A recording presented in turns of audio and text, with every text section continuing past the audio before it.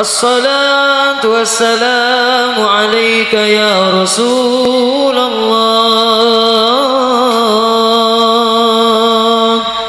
الصلاة والسلام عليك يا حبيب الله. طلع البدر علينا من ثنيات الوداع. السلام عليكم ورحمة الله وبركاته.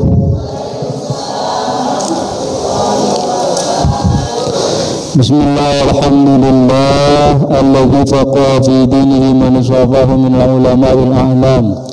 أشهد أن لا إله إلا الله وحده لا شريك له الملك العلام، وأشهد أن سيدنا محمدا عبده ورسوله لا نبي بعده. اللهم صل وسلم على سيدنا وحبيبنا وشفيعنا وقرة أعيننا ومولانا نبينا محمد وعلى آله وأصحابه الذين هم أصحاب الظلم. قالوا سبحانك لا علم لنا إلا ما علمتنا إنك أنت العليم الحكيم. أما بعد، فقد قال الله تعالى في كتابه الكريم: أعوذ بالله من الشيطان الرجيم.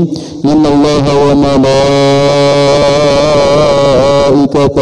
يصلون على النبي يا أيها الذين آمنوا صلوا عليه وسلموا تسليما. اللهم صل على سيدنا محمد وعلى آل سيدنا محمد صلاة تملأ بخزائن الله نورا وتكون لنا وللمؤمنين فرجا وفرحا وسرورا.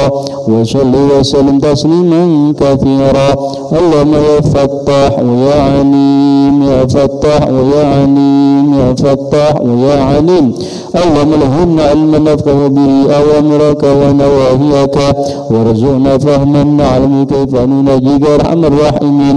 اللهم اكرمنا بنور فهمي واخرجنا من ظلمات الوهم، وافتح لنا باب رحمتك وباب علمك، وانشر علينا حكمتك يا أرحم الراحمين.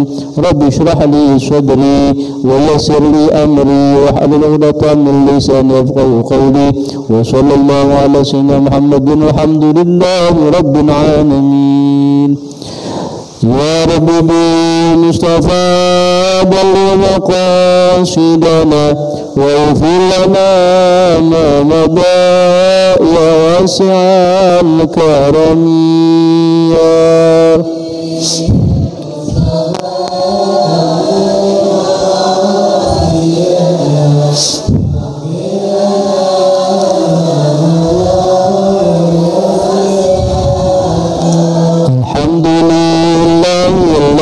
قد وفق للعلم خير خلقه وللتقى.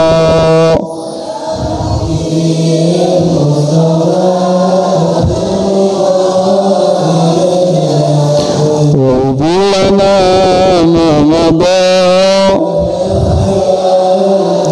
محمد سيد الكونين والثقلين والفريقين من عرب ومن عجم.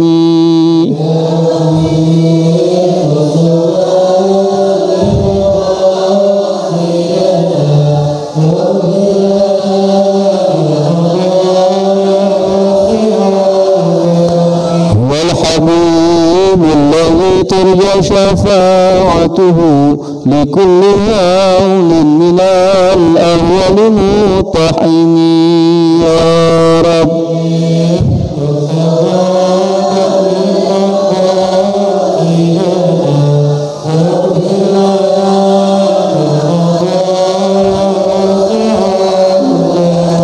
وأرحم الراحمين يا أرحم الراحمين يا أرحم الراحمين، فرج على المسلمين.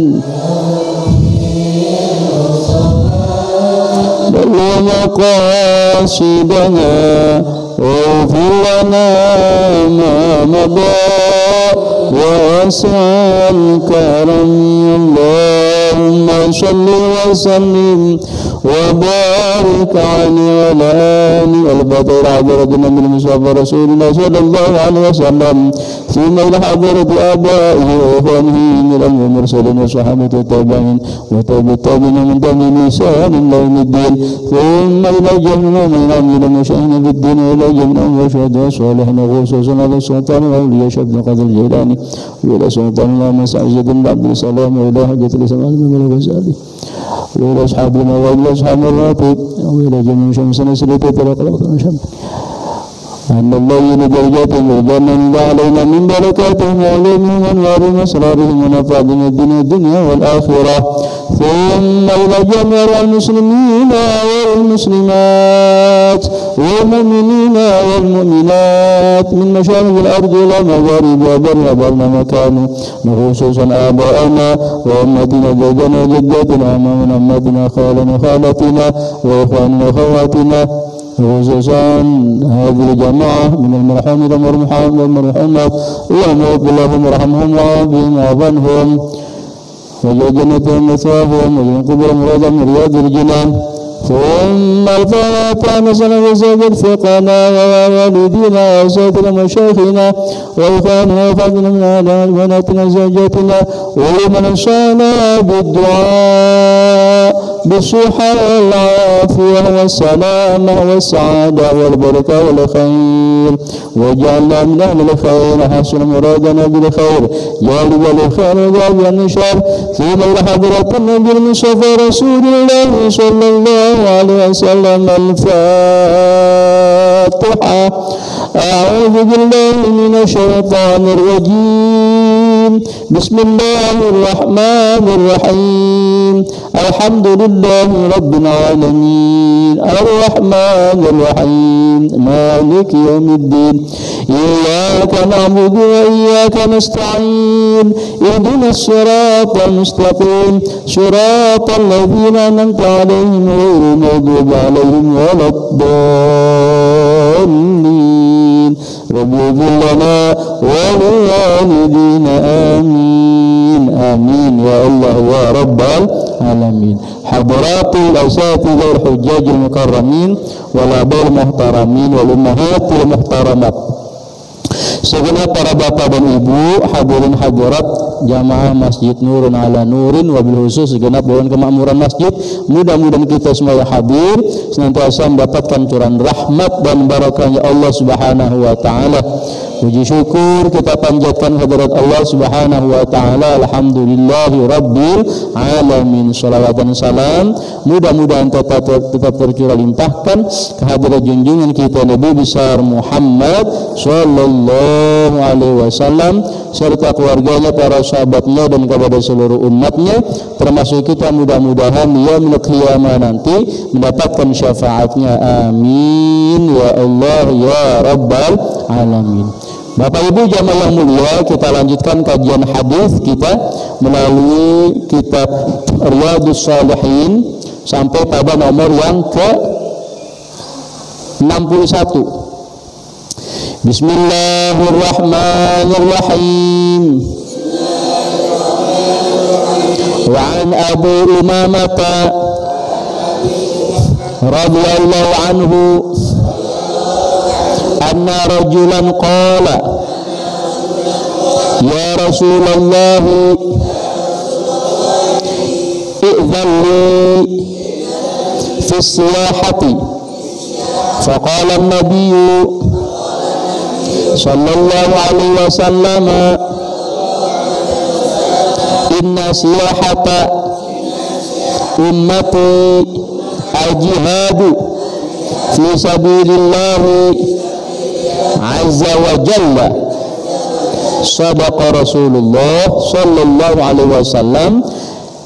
Hadis riwayat Abu Dawud bisnadin jayyidin, riwayat Imam Abu Dawud dengan sanad yang baik, berasal dari Abu Umamah bahwasanya seseorang bertanya atau berkata kepada Rasulullah, ya Rasulullah, duhai baginda Rasul, i'dzalli fi siyahah atau u'dzulli fi siyahah, izinkan aku untuk melakukan siyahah. Ya, siyahah itu apa? Jalan-jalan, pelesiran, ya. Ini dipakai di kosakata bahasa Arab siyahah, artinya rehat, ya, liburan. Faqala Nabi sallallahu alaihi wasallam, maka menjawab atau berkata baginda Rasulullah sallallahu alaihi wasallam, inna siyahata ummati, sesungguhnya, ya, liburannya, jalan-jalannya umatku itu adalah apa, Bu? Al-jihadu fi sabilillah azza wa jalla, adalah jihad di jalan Allah, ya. Nah, dari sini Bapak Ibu jamaah yang mulia, pentingnya kita memasang niat, karena memang hadis yang sebelumnya, hadis yang nomor 60 itu mengisyaratkan betapa orang yang berjihad di jalan Allah itu tergantung niatnya. Maknanya adalah dia akan mendapatkan upah, mendapatkan ganjaran, balasan, pahala tergantung kondisi dia dengan niat yang ada, gitu. Ya kan, kemarin nomor 60 bagaimana? Ada orang berjuang, berjihad, kemudian dapat rampasan, kemudian meninggal dunia ataupun selamat, ya, maka dia mendapatkan 2/3. Artinya apa itu? Upahnya udah dapat duluan, ya, udah dikasih duluan, gitu. Nah, sama juga halnya dengan yang 61 ini, ya, Bapak Ibu, kita pasang niat. Dan niat itu ada bermula dari zikrullah, zikir kepada Allah. Bapak Ibu, kita sudah berada di penghujung bulan Dzulhijjah. Syariat ibadah haji sudah kita lewatkan. Tetapi kita tidak pernah berhenti untuk terus menggali hikmah. Sebagaimana Allah perintahkan kepada kita, atau Allah kabarkan kepada kita, zalika wa man yu'azzim sya'airallah fa innaha min taqwal qulub. Demikianlah syarat Allah yang terkandung di dalam ibadah haji maupun ibadah kurban maupun ibadah-ibadah yang lain. Dan barang siapa yang mampu mengagungkan syiar-syiar Allah, maka itu hanya bisa terlahirkan dari orang-orang yang punya hati, punya jiwa bertakwa kepada Allah Subhanahu wa ta'ala. Jadi kita terus menggali ini hikmah daripada perjalanan ibadah haji dan ibadah kurban, walaupun sudah lewat begitu. Nah, ya, apa yang bisa kita ambil Bapak Ibu? Ternyata hikmah yang lain. Barangkali Bapak Ibu sudah dapat hikmah yang lain juga. Saya kabarkan hikmah yang lainnya lagi. Mudah-mudahan belum pada dapat nih, ya. Bahwa dari 8 ayat rangkaian tentang ibadah haji, Al-Baqarah 196 sampai dengan 203, totalnya 8 ayat, itu ternyata hanya ada satu perintah ibadah haji, satu perintah menyempurnakan ibadah haji. Sisanya ada 4 perintah untuk berzikir kepada Allah. Coba itu. Jadi rangkaian ayat tentang haji 196 Al-Baqarah sampai 203, totalnya 8, itu perintah menyempurnakan haji cuma sekali. Ada 4 perintah berzikir kepada Allah. Maknanya Bapak Ibu, ya, seirama dengan penjelasan Rasulullah dalam hadisnya, memang haji ini kewajiban sekali seumur hidup. Lalu sesibuk apapun kita, sekeras apapun kehidupan kita, sebagaimana pergerakan ibadah haji yang demikian sibuknya, pergerakan haji yang demikian kuatnya, mobilitas ibadah haji yang tingginya, tetapi entah demikian bukan sekedar menyelesaikan syiar-syiar manasik haji secara kosong, ya, atau secara formal saja, ya, tetapi di balik itu semua harus dibentengi dengan banyak berzikir kepada Allah. Maka kesunahannya orang berhaji jalan jauh, napak tilas daripada apa yang sudah dialami Nabiullah Ibrahim dan keluarganya alaihi salam. Apa kesunahannya? Banyakin labbaik Allahumma labbaik, baik orang Betawi. Wafi, baik. Subhan, baik. Labbaik Allahumma labbaik. Ya, itu maknanya apa? Maknanya kita disuruh banyak ingat, banyak zikir kepada Allah. Jadi walaupun justru ibadah haji yang ibadah pergerakannya tinggi, mobilitasnya tinggi, kita harus bentengi dengan zikir. Kalau tidak, banyak lunturan ibadah haji kita karena mulut nggak dijaga. Nah, di balik ibadah haji ada ibadah kurban. Maka akhirnya kemudian kesimpulan ibadah haji dan ibadah kurban dua. Orang yang mabrur adalah yang pandai menjaga lisan dan tangannya berkorban, gitu. Dua aja tuh ciri kemabruran haji. Ya. Nah, jadi Bapak Ibu jamaah yang mulia, dimulai dari zikir. Dari zikir kita ingat Allah, maka apapun aktivitas kita, apapun kegiatan kita, semuanya dimulai dengan niat karena Allah, maka itu mudah-mudahan menjadi nilai jihad di jalan Allah. Ini yang lagi populer sekarang nih, ya. Pesantren-pesantren mulai pada masuk begitu kan.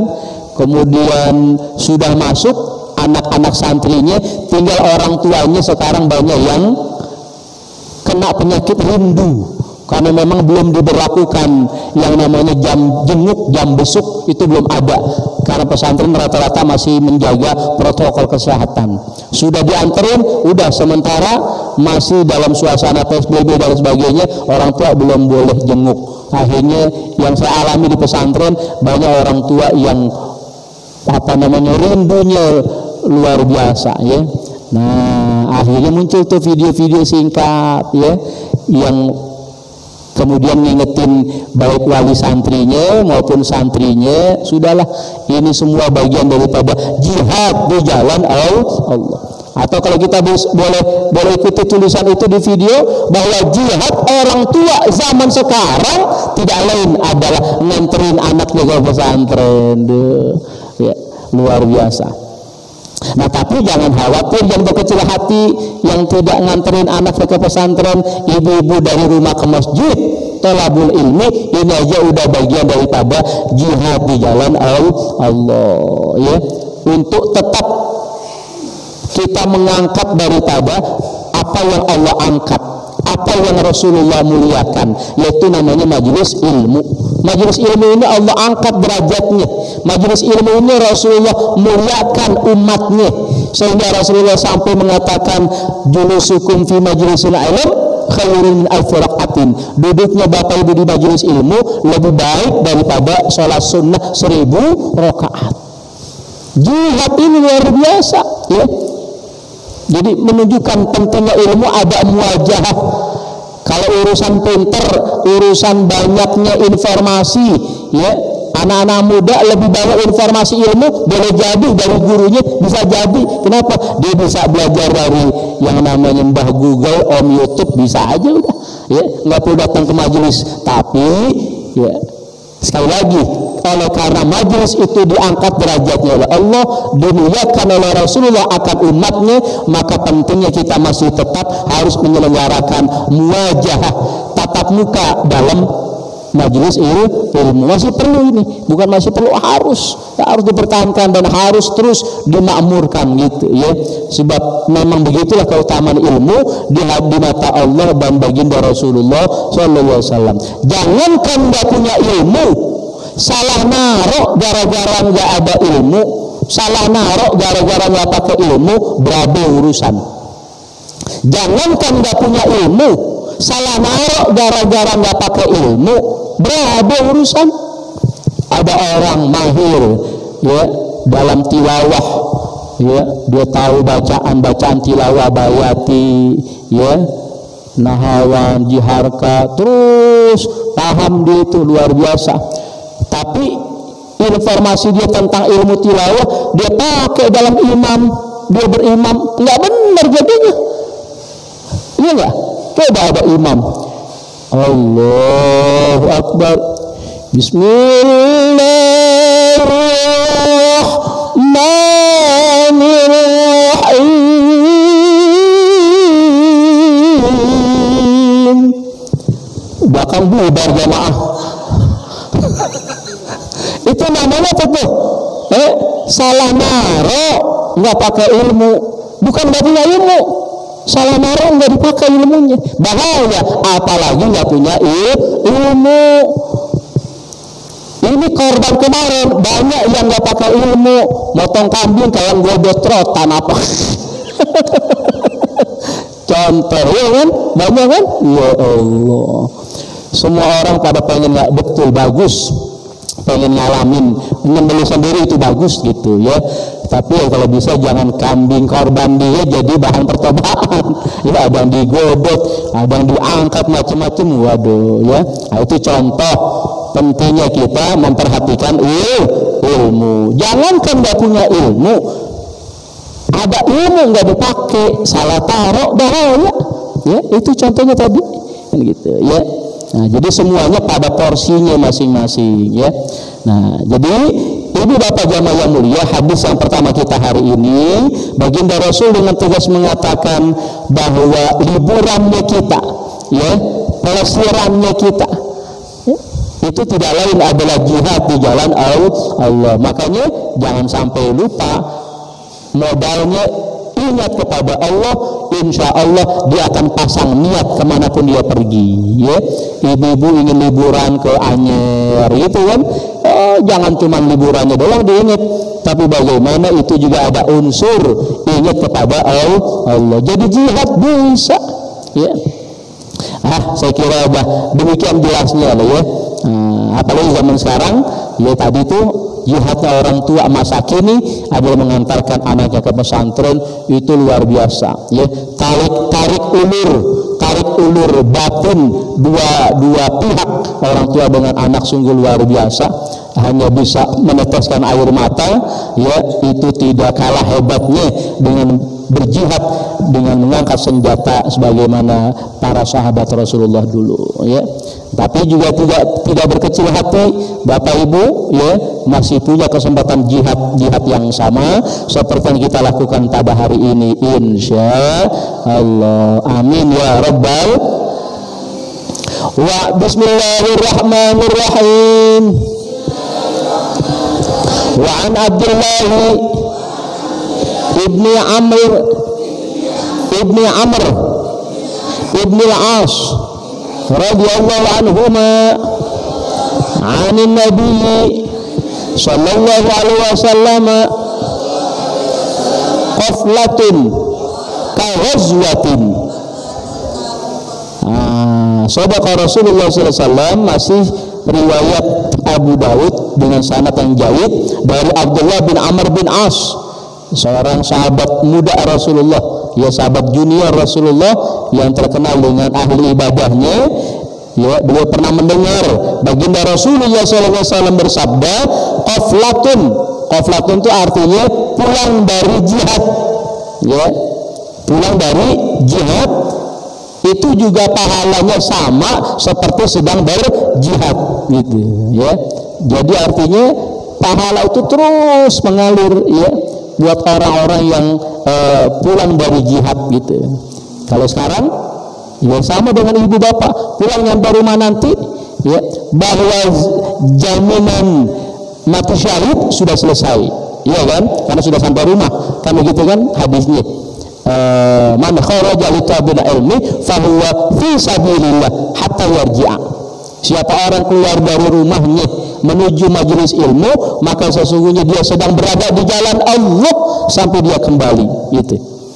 Sampai di rumah selesai, sudah tidak lagi jihad fi sabilillah, tetapi kemudian pahalanya masih bisa mengalir terus karena di dalam hati, di dalam jiwa kita masih terpatri yang namanya niatan untuk terus menghadiri majelis-majelis ilmu insya Allah. Amin ya rabbal. Sama dengan mereka dulu, orang-orang para mujahid ya, yang berjuang di medan tempur, pulang dari medan perang itu pahalanya sama ketika dia perang gitu ya. Jadi pulang itu semata-mata karena situasi, apakah memang perangnya lagi istirahat, apa namanya perangnya memang betul-betul selesai, tapi jiwa mereka tetap ya, jiwa mereka tetap terpatri sebagai mujahid, siap pakai, siap tempur gitu. Sama juga dengan para santri yang sedang liburan pulang, ya. Dia liburan pulang itu kan sudah kembali hadis nabinya itu, dia di jalan Allah selesai sampai dia pulang lagi udah di rumah. Tapi karena dia jiwanya tetap jiwa santri, apakah sedang liburan ataupun sudah selesai belajarnya, tapi hakikatnya hati dia tetap hati seorang talibul ilm, hati seorang yang senantiasa menuntut ilmu, maka pahala dianggap sama. Amin ya rabbal alamin. Penting ya, coba dilihat penjelasannya. Ada penjelasannya itu. Al-qaflatu bimana ar-ruju'. Qaflah itu artinya adalah kembali. Wal muradu ar-ruju' minal ghazwi, yang dimaksudkan rujuk adalah kembali dari peperangan, wa ba'da faraghihi, dan setelah selesainya peperangan, wa maknanya adalah annahu yusabu, bahwasanya dia tetap diberi pahala fi ruju'ihi, pada kembalinya dari perang, ba'da faraghihi minal ghazwi, setelah kembalinya dia dari perang, tetap tuh yusabu, tetap dapat pahala, diberi pahala. Ini yang kita bicarakan tadi, pentingnya menjaga niat itu ada, bentengnya adalah zikir kepada Allah. Makanya tadi tuh balik lagi, di antara hikmah syarat ibadah haji dan ibadah kurban adalah bagaimana kita berzikir sampai 4 kali dalam rangkaian ayat tentang ibadah haji. Dari berzikir ya, kemudian kita terus hidupkan zikir-zikir kita sampai kemudian kita berkorban ya, dari zikir kepada Allah, dari ingat kepada Allah, kita ingat akan kenikmatan yang Allah berikan kepada kita. Inna a'tayna kal kautsar, sesungguhnya kami telah memberikan kepadamu kebaikan yang begitu banyak ya. Makna kautsar bisa adalah telaga kautsar, bisa juga maknanya kebaikan yang begitu banyak. Maka perintah Allah kepada kita, fasholli li rabbika wanhar, maka teruslah sembah Tuhanmu, wanhar, dan berkorbanlah. Walaupun formalitas sesembelihan sudah lewat kemarin 4 hari raya dan 3 hari tasyrik sudah lewat, tapi berkorban hakikatnya nggak pernah selesai, terus ada dalam kehidupan kita. Apalagi ke depan ada bulan suci Muharram, ketemu lagi nanti dengan 10 Muharram yang katanya lebaran anak yatim. Ini kesempatan kita, Bapak Ibu yang kemarin belum sempat berkorban, ayo kita berkorban besok untuk mengangkat anak-anak yatim kita, insya Allah.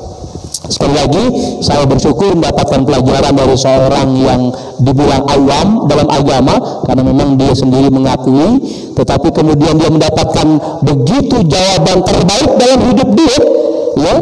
Padahal dia merasa adalah orang awam, tapi dia punya rahasia amalan yang ternyata dia bongkar di hadapan saya ya, dalam sebuah kesempatan kita silaturahim ya, sampai malam itu beliau nyatakan, amalan rahasia saya adalah saya memang sudah kuatkan cita-cita dari awal untuk ngangkat anak-anak yatim gitu ya. Artinya dibina, diasuh ya, dinafkahi dari jumlah sekian sampai terus bertambah jumlahnya.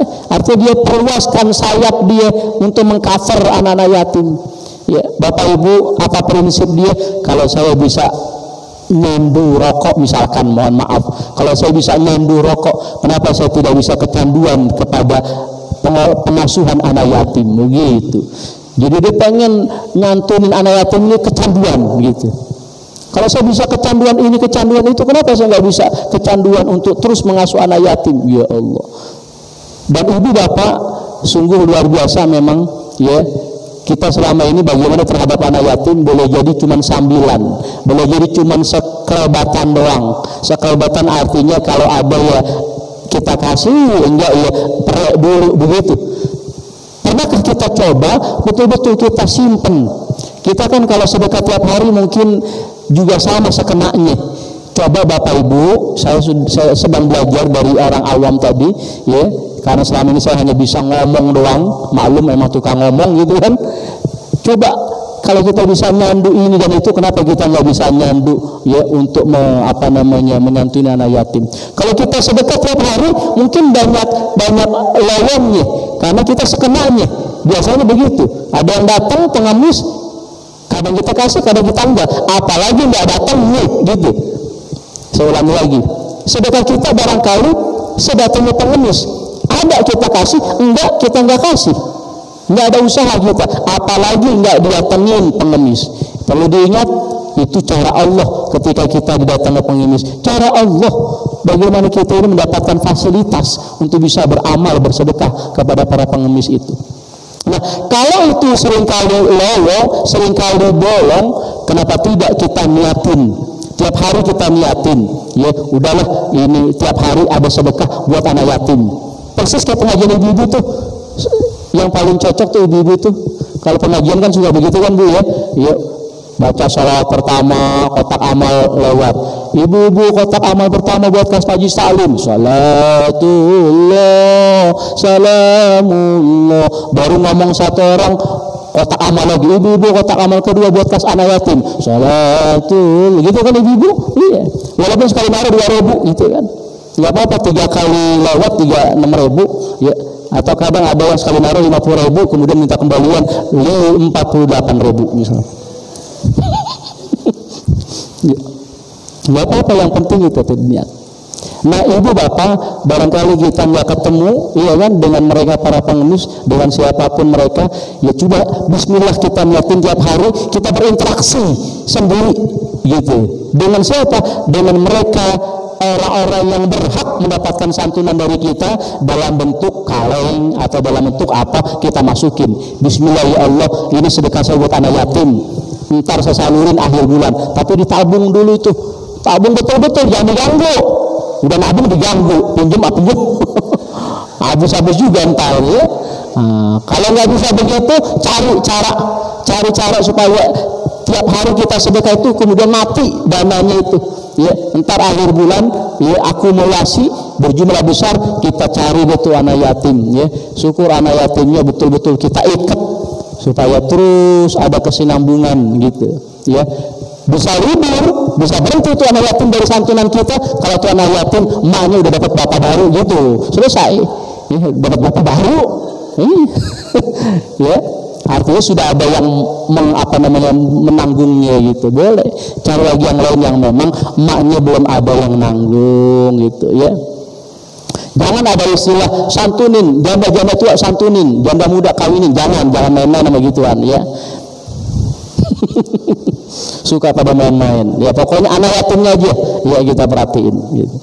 Nah jadi Bapak Ibu jamaah yang mulia, saya ajak diri saya dan kita semua ya, supaya belajar dari hadis yang nomor 62 ini. Bayangin orang yang sudah kembali dari medan perang, dia yuthabu fi ruju'ihi, terus dicatat pahala ya dari kepulangan dia daripada medan perang itu ya. Nah, jadi penting kita tanamkan niat terus begitu. Ya, ayo Bapak Ibu kita nyantunin anak yatim ya. Bisa tiap hari bismillah ya Allah, ini sedekah saya hari ini. Besok begitu ya Allah, ini sedekah saya hari. Jadi praktis tiap hari kita bersedekah walaupun gak ketemu orangnya gitu. Ntar kita sampaikan di akhir bulan. Insya Allah itu yang membuat jawaban-jawaban di luar dugaan kita daripada Allah Subhanahu wa Ta'ala, yang kita kenal dengan istilah min haitsu la yahtasib.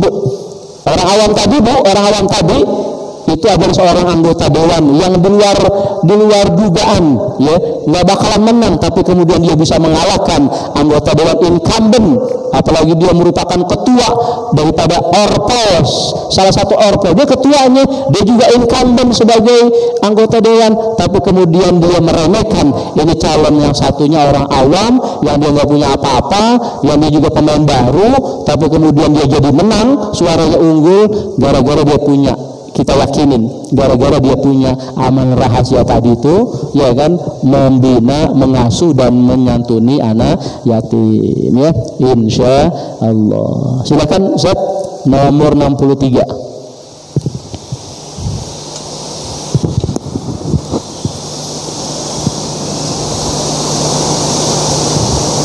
Bismillahirrahmanirrahim. وعن سعيد بن يزيد رضي الله عنه قال لما قدم النبي صلى الله عليه وسلم من غزوة تبوك تلقوا الناس فلقيه وأصدق على saniyah wada.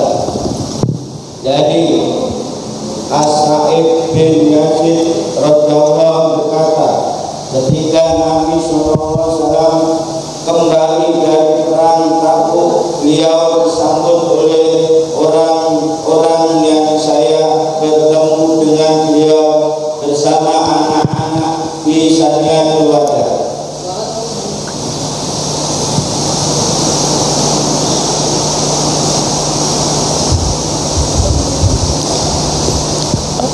Ada terjemahnya. Dalam riwayat Bukhari dikatakan, kami pergi dan bertemu dengan Rasulullah SAW bersama anak-anak ke Saniyatul Wada. Ini yang masuk dalam lagu itu. Tala'al badru alaina min thaniyatil wada wajib syukur alaina ma da'a lillahi da. Ya, jadi Saniyatul Wada sebuah perkampungan di mana Nabi beserta para sahabatnya itu pulang dari perang Tabuk, disambut ya oleh kerumunan anak-anak kecil dari sebuah tempat namanya Saniyatul Wada. Ya, disambut dengan yang kemudian muncul lagu tadi itu, ya Tola'al Badru, telah nampak kepada kita apa namanya sang purnama gitu. Nah, jadi artinya apa ini? Artinya orang yang berjihad, berjuang di dunia aja udah kelihatan. Di dunia udah kelihatan diangkat derajatnya, ya. Apalagi nanti pada hari kiamat. Jadi kalaupun dia dapat kemuliaan di dunia, ini bonus dari Allah. Pahala sesungguhnya masih disimpan nanti, baru dikembalikan. Wa innama tuwaffawna ujurakum yaumal qiyamah. Hanya saja nanti balasan yang sesungguhnya baru disampaikan nanti pada hari kiamat. Kalau di dunia orang yang berjuang, berjihad di jalan Allah, mujahid itu mulia di dunia, itu baru namanya bonus, Allah angkat derajat mereka. Pahalanya nanti pada hari kiamat lebih lagi, ya, lebih lagi kemuliaan daripada Allah Subhanahu wa taala. Ini kira-kira makna yang tersirat daripada hadis nomor 63, ya, Rasulullah dengan para sahabatnya sepulang dari perang Tabuk disambut, ya, dengan lantunan irama yang demikian indahnya sebagai bentuk apresiasi penghargaan yang tinggi. Bismillahirrahmanirrahim. Wa an Abu Umamah radhiyallahu anhu 'anin Nabi sallallahu alaihi wasallam qala man lam yawzu aw yujahiz ghaziyan aw yakhluf ghaziyan fi ahlihi bi khairin asabahu Allahu bi qari'atin qabla yaumil qiyamah. Sadaqa Rasulullah sallallahu alaihi wasallam. Riwayat Imam Abu Daud dengan sanad yang sahih. Dua hadis pertama tadi dari Abu Daud, riwayat Imam Abu Daud sanadnya jayyid.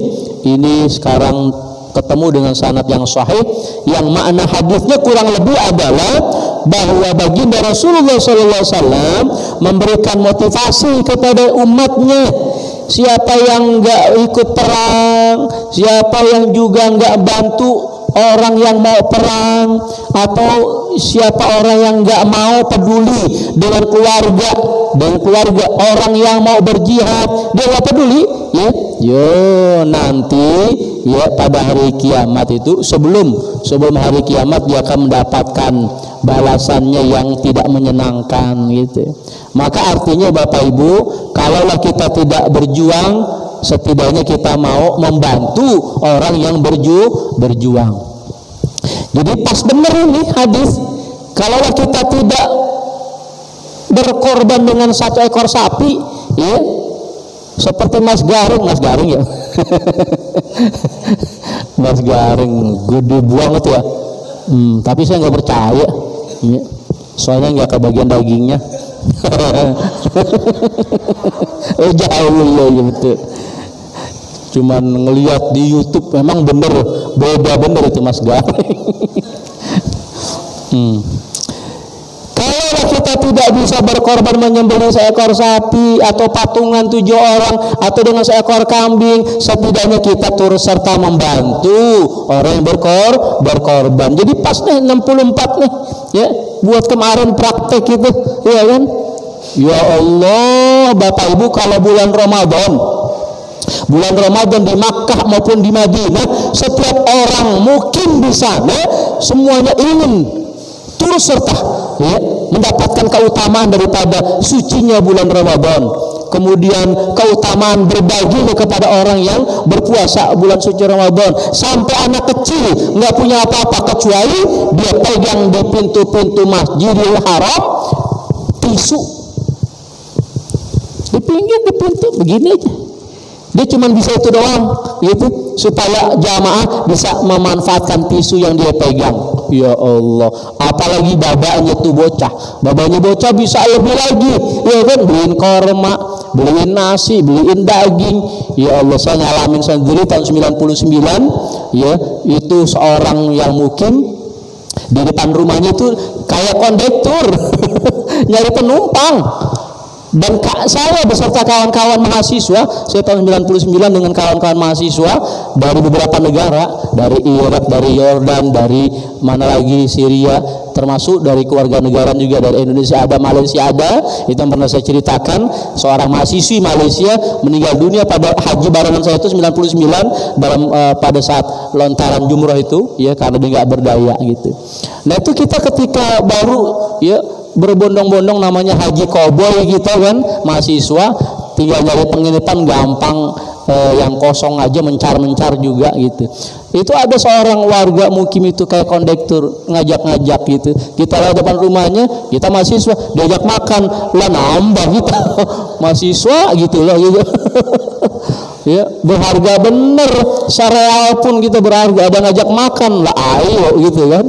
Ya model santri begitu, santri itu ya mohon maaf bahwa gizi harus ada di sebuah pesantren ya, tapi kalau terlampau mewah makanannya jadi nggak ngajarin keprihatinan. Jadi pesantren tuh rata-rata prihatin makannya, itu lagi ngajarin namanya kurikulum tersembunyi gitu, hidden kurikulum, ngajarin bocah biar pada prihatin makannya itu aja ya, paling balado, terong balado. Itu kesukaan anak santri ya, luar biasa itu ya, terongnya sedikit, sambalnya yang banyak gitu ya.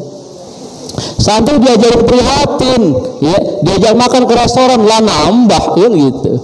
Santri diajarin prihatin, tidurnya ala kadarnya aja, pakai tikar, kadang pakai lantai begini, yang penting ada kipas angin. Terus santri diajak nginep ke hotel lah pules ya, begitulah santri.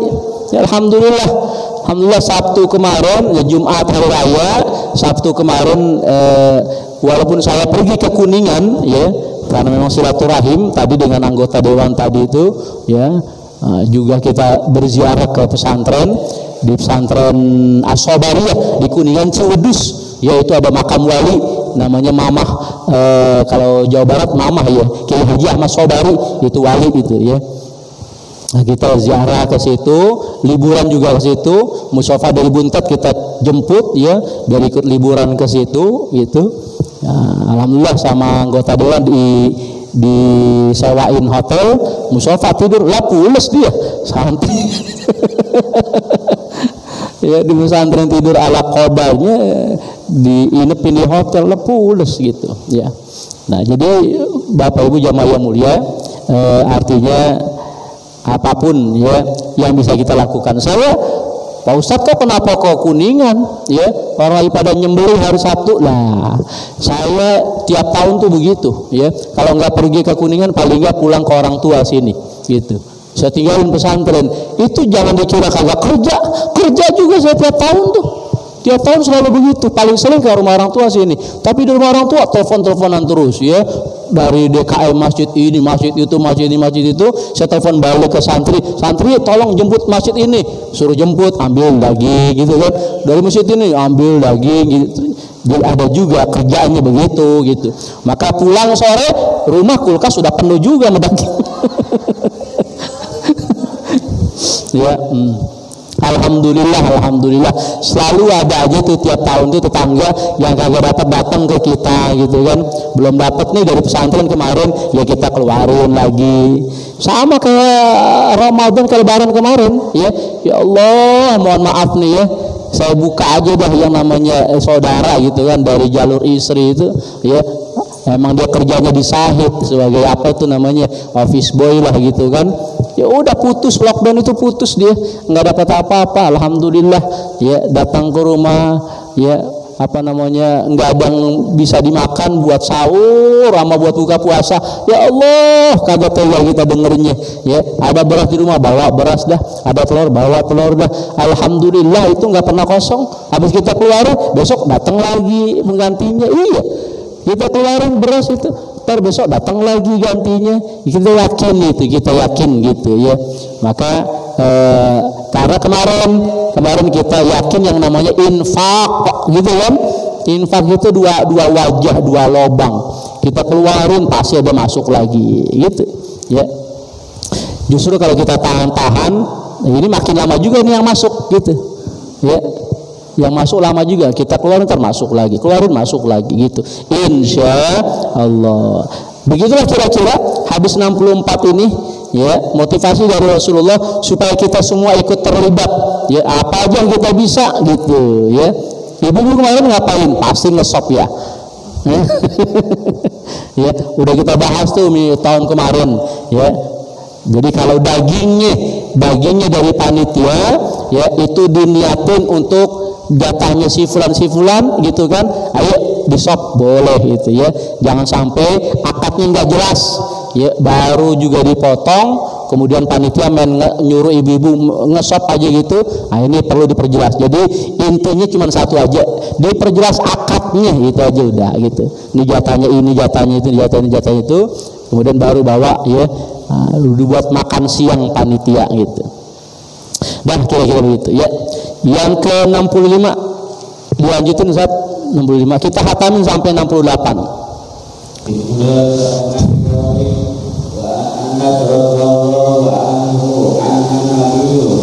Anan Nabi ya. Jadul musyrikina fi amwalikum wa anfusikum wa amwalikum.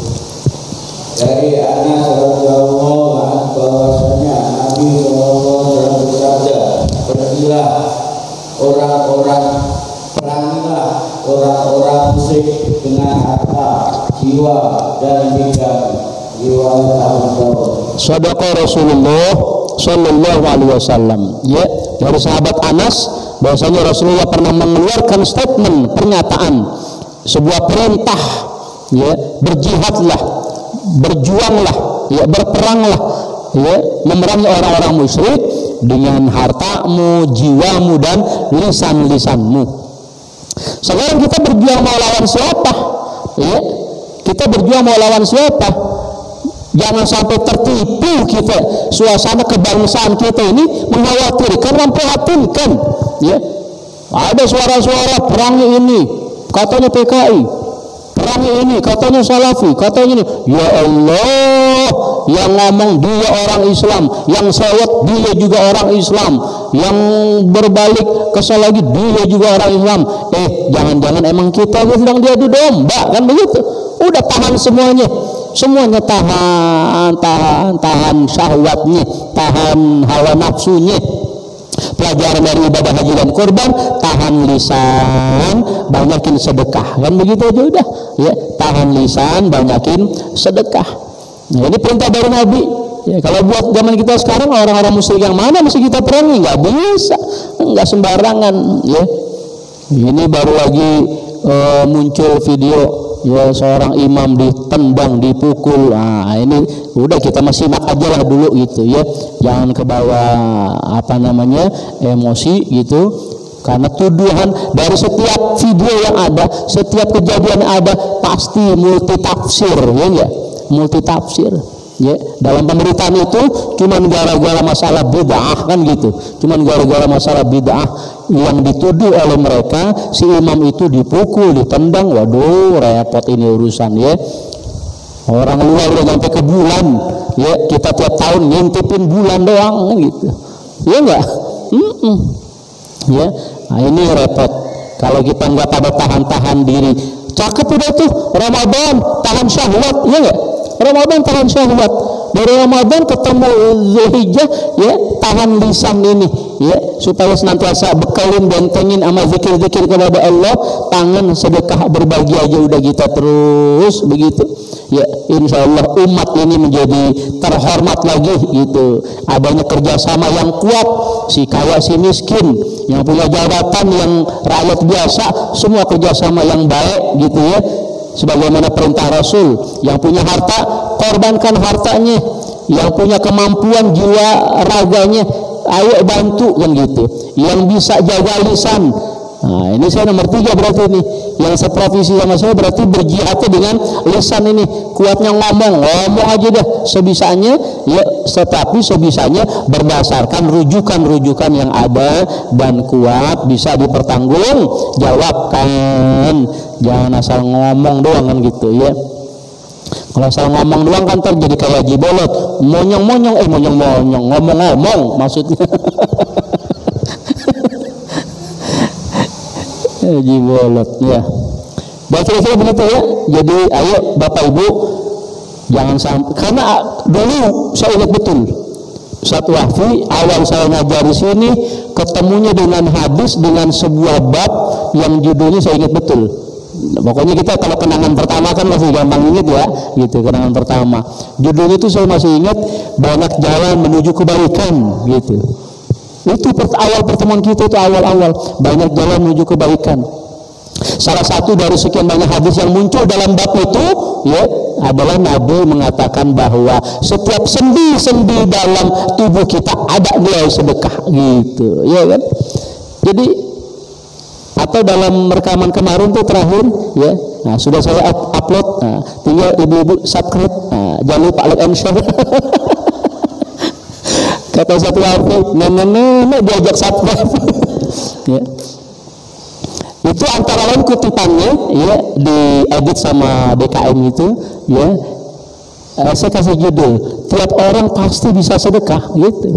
Tiap orang pasti bisa sedekah gitu. Sekismin-kisminnya orang bisa sedekah. Apa sedekahnya? Senyum aja yang enak kan gitu kan. Udah. Tapi jangan sampai dibalik gitu. Orang kaya nggak mau ngeluarin hartanya, senyum aja lah, ya. Berapa urusan, ya. Makanya dalam video itu kita sedekah pada porsinya, ya. Pada porsinya kita masing-masing bisa sedekah. Nah, ini Nabi mengatakan bahasanya begitu. Yang sanggup hartanya, ayo hartanya. Yang sanggup jiwa raganya, tenaganya, ayo dengan jiwa raga dan tenaganya. Yang pakai lisan, ayo pakai lisannya. Insya Allah. Ibu-ibu, saya tanya nomor suara ibu-ibu. 66.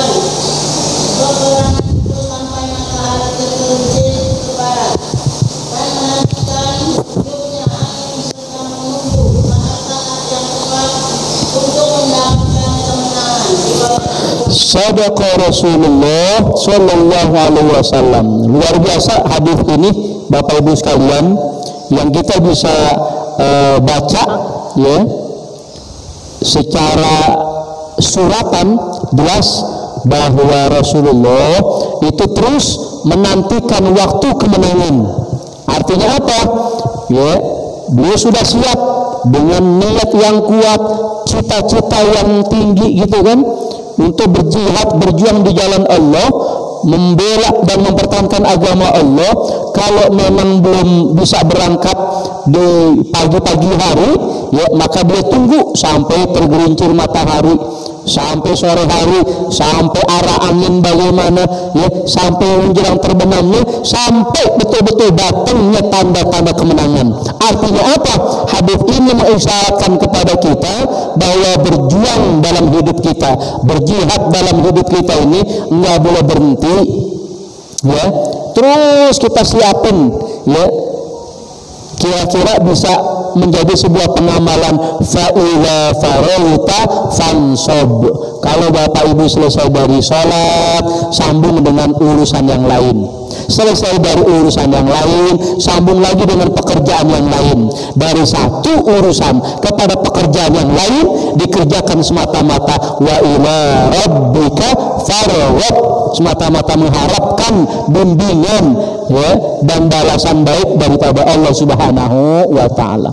Ibu-ibu itu yang paling kelihatan, ya, kalau mau ngomongin begituan tuh, ibu-ibu itu yang kelihatan bangun duluan, ya, belum ngapa-ngapain udah ke dapur, ya, beberes selesai baru dia ambil air wudhu. Itu yang biasa begitu tuh, ya. Kalau saya boleh usul dibalik, baru bangun langsung ambil wudhu dulu baru sholat. Jangan baru bangun dapur dulu diurusin, dapur dari dulu hitam aja udah gitu, ya. Ya, kalau boleh usul dibalik dulu, bangun langsung tujuannya Allah gitu, ya. Nah, tapi kalau jamaah nur ala nurin, enggak, ibu-ibu duluan, bapak-bapaknya duluan yang bangun, kemudian ibu-ibunya dicipratin gitu. Itu persis romantika Rasulullah dengan istrinya Khadijah maupun Aisyah ridho, begitu, ya. Suami duluan yang bangun, kemudian dicipratin keluarganya gitu, ya. Cipratin, jangan guyur, ya. Nah udah selesai tugas suami, kemudian dia banyak terus ibadah kepada Allah, bentengi keluarga dengan zikir-zikir kepada Allah. Istri udah pindah tempat, ke dapur ke atau ke kamar mandi ke, gitu kan pakaian, ya. Selesainya kapan Bu? Ya Allah, saya lihat orang perempuan Pak, ya nggak ada selesainya. Masya Allah, luar biasa. Nah itulah yang saya bisa maknai dengan fa'iza farauta fansob, ya. Harapannya jangan lupa ibu-ibu, ya, jangan sambil nyuci sambil ngomel gitu, jangan. Bocah, ya pada kagak tahu diri, ya, celana baru dipakai udah ganti lagi celana yang lain, nyuci sambil ngomel, pas giliran celana lakinya ini lagi. Udah nggak ada habisnya deh kalau diimbangin sama ngomel, nggak ada habisnya, ya, nggak ada. Itu cuman ibu orang Jombang gitu, ya, pindahan dari Petojo. Jadi Bu, nggak usah khawatir, fa'idha farauta fansab, lakukan terus, ya. Ini seperti yang disabdakan Rasul tadi, bagaimana beliau itu, ya, kalau tidak jadi berangkat perang awal waktu, ya tunggu sampai tergelincir. Kalau enggak tunggu lagi sampai berlihat arah angin, sampai betul-betul datang kemenangan gitu. Nah,